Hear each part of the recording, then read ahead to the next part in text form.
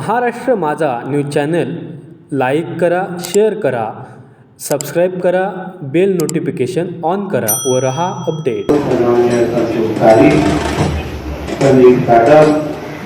उपस्थित असलेले माझे भारतीय जनता पक्षाचे सर्व सहकारी, उपस्थित असलेले सर्व ज्येष्ठ मंडळी, उपस्थित बंधू भगिनींना आणि सर्व तरुण विचार, आज आपल्या आषाढी एकादशीच्या निमित्ताने आपल्या विठ्ठल रुक्मिणीचं दर्शन घेण्यासाठी तिथे आवर्जून मी आज उपस्थित आहे. मी या निमित्ताने आपल्या सगळ्या जणांचे आभार मानेन की आपण सगळ्या जणांनी मनाचे मोकळेपणा दाखवून मला इथे येण्याचं आमंत्रण दिलं. कसं वाटलं नव्हतं की कधी आनंदवाडीमध्ये पाऊल टाकण्याची संधी भेटेल, पण तरीही आपण मनाचे मोकळेपणा दाखवला आणि मला येण्याचा आग्रह केला आणि म्हणूनच आज आपण सगळेजण एकत्र येऊ. आज या उत्सवासाठी आपण एकत्र सामील झालेलो आहे.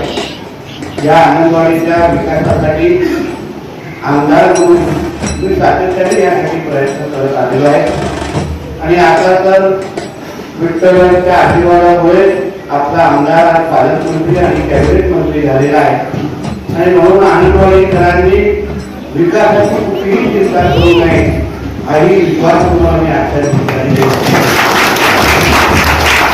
या जिल्हा योजनेच्या यादीमध्ये आपले नगरसेवक संतोष तारे यांच्या आग्रहाने आपल्या इकडच्या एक प्रमुख रस्त्यांसाठी 27 लाखाची मागणी त्यांनी माझ्याकडे केलेली आहे, ती मी माझ्या यादीमध्ये पण घेतलेली आहे आणि म्हणून तो रस्ता निश्चितपणे होईल हाही विश्वास तुम्हाला मी आणि त्याबरोबर महत्वाचे दोन जगाचा आपले प्रश्न आहे ते म्हणजे आपल्या इथे स्मशानभूमी आणि दुसरं म्हणजे आपल्या इथे तिथे दोन महत्वाचे जगाचा प्रश्न त्यांनी माझ्यासमोर मांडलेले आहे.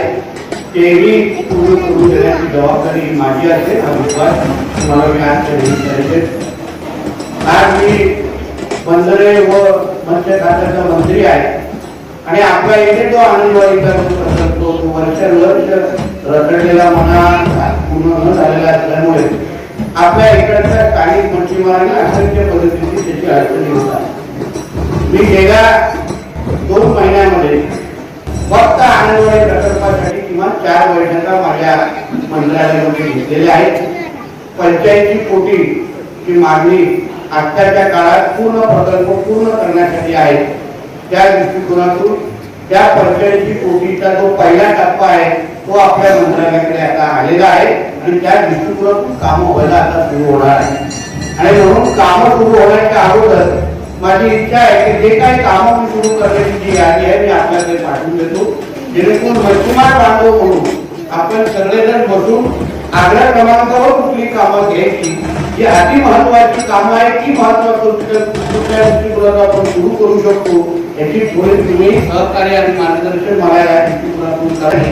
जो आपल्याला देवगडचा सिंधुदुर्गाचा विकास जो साधायचा आहे तो निश्चित पद्धतीने येणाऱ्या कालावधीमध्ये आपण हे बंधन पूर्ण करू तेवढा विश्वास मी पूर्ण विश्वास या निमित्ताने आपल्याला देतो.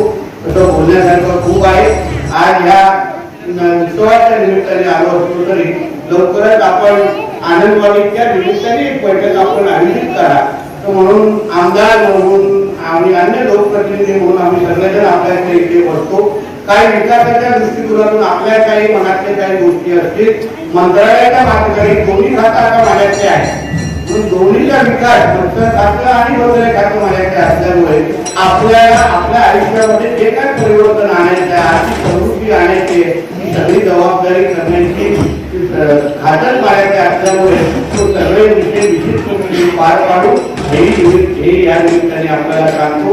परत एकदा आषाढी एकादशीच्या निमित्ताने आपल्या सगळ्या जणांना मनापासून शुभेच्छा देतो. इथेच थांबून जय हिंद.